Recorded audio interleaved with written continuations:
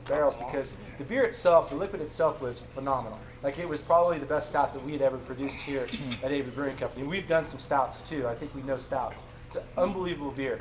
We put them into these rum barrels, and the rum flavor is really, really kind of marrying up with the beer unbelievably well. We're guessing that in 2 months it's going to be perfect. Right now it's great, but I think in 2 months it'll be awesome. So that'll be the next run, and then we're going to probably get about this will probably be about 350 cases worth of beer right here. This is probably, the Carassus is probably going to be more like 500 or 600 cases worth. The next project is in these barrels here and in these barrels right here. These are brand new to us. These are from the Plump Jack vineyard out in California, Cabernet Sauvignon barrels. And they're beautiful, and they're in really good shape, and the wine tastes, they smell terrific. I've had the wine, it's spectacular. And we made another sour, a sour beer, but we made it, it's kind of different. This is a Hand Truck, who probably a lot of you know because he's a character around here. That's that guy right there. This is kind of his brainchild.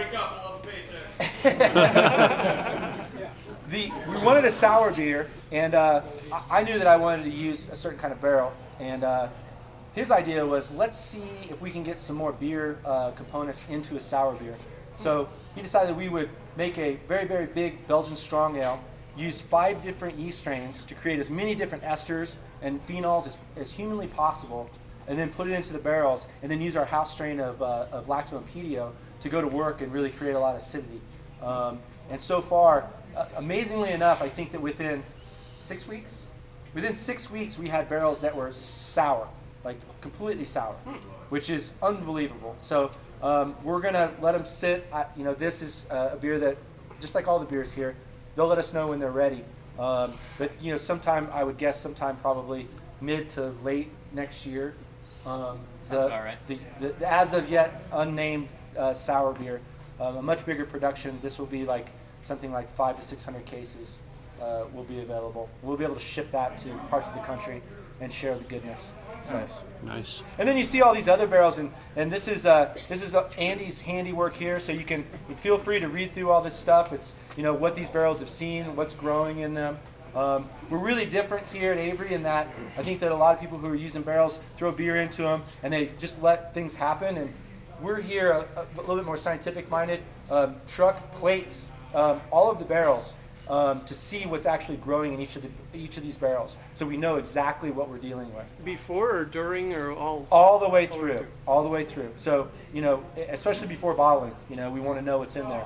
And so all of them are cataloged, and we know exactly what's happening in each of these barrels. And it really helps us because if a certain barrel, and believe me, some barrels are better than others. You know, we've got, what, about 40 of these Plump Jack barrels, and some of them are going to be a lot better than the others. And Andy's job is to, you know, and I guess mine as well, is to determine which ones are the best, and then to split out some of that liquid into the next generation of barrels to make sure that we're repropagating those bugs and that yeast so that they can recreate what they've created in this beer.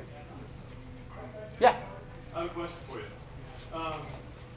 These styles seem to ebb and flow as far as popularity, with like crude IPAs being popular in the past and barrel-aged sour being popular now.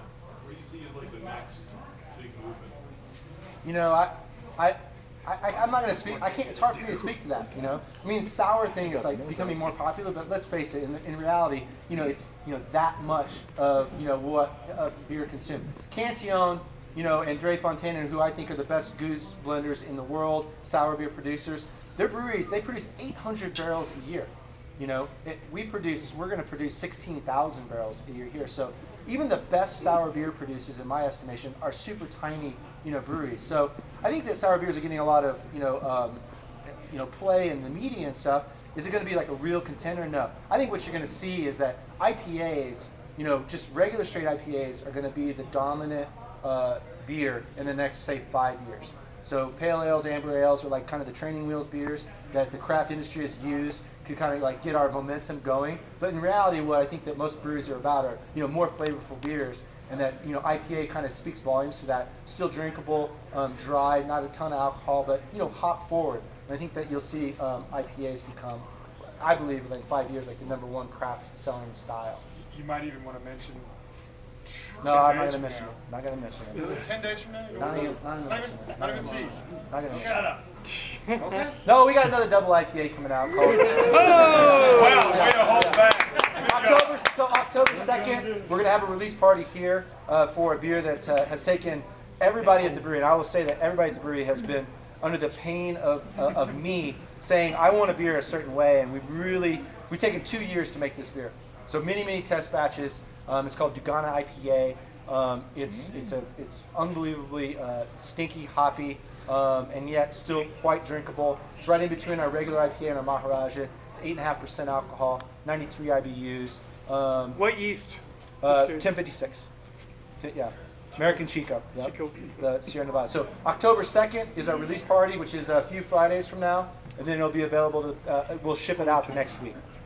So I highly recommend if you're an IPA drinker and you like really dank, piney, sorts of non-citrus kind of IPAs, this is the IPA for you. And the other thing to mention is February 19th. Why don't you go ahead? Yeah, do you want to get on that? February 19th, right here in this barrel room is going to be the first. It's the inaugural Boulder Sour Fest. We'll be bringing in hopefully the best sour producers in the country, and if we're really lucky, quite a few out of Belgium as well. And we're going to be hosting it right here. It's going to be a very limited event, single day. It's February 19th. It's a Saturday. I'll have an event posted on our website by the end of this, before the end of GABF. So if you go to averybrewing.com, you will actually see as much information. We're hoping to sell tickets online. It'll be a closed event, basically tickets sold in advance right here, and it'll be the first true Sour Fest in our state. So When do tickets go on sale? as soon as they go on sale. Keep watching the website, man. Yeah, we'll have some. I'm giving you the date. That's the most I can do right now. So it's $35. How's that? I get 2 things for you. Hey, so if there's no more questions, I highly recommend you guys try the Ultra Boy series in there. One's from Opus 1 Cabernet Sauvignon barrels. The other one's from a port barrel. Awesome beers. And the Brett 16, which is our 16th anniversary beer, which was a normal beer, fermented normally, but then we took a couple of kegs and decided to add some Brett to them, and it's killer. That's what I'm drinking right now, so you might want to try that out. And that's out here at the Outside Tap. So thanks again for coming, everybody. Thank you. Appreciate it. Enjoy the beers. Thank you.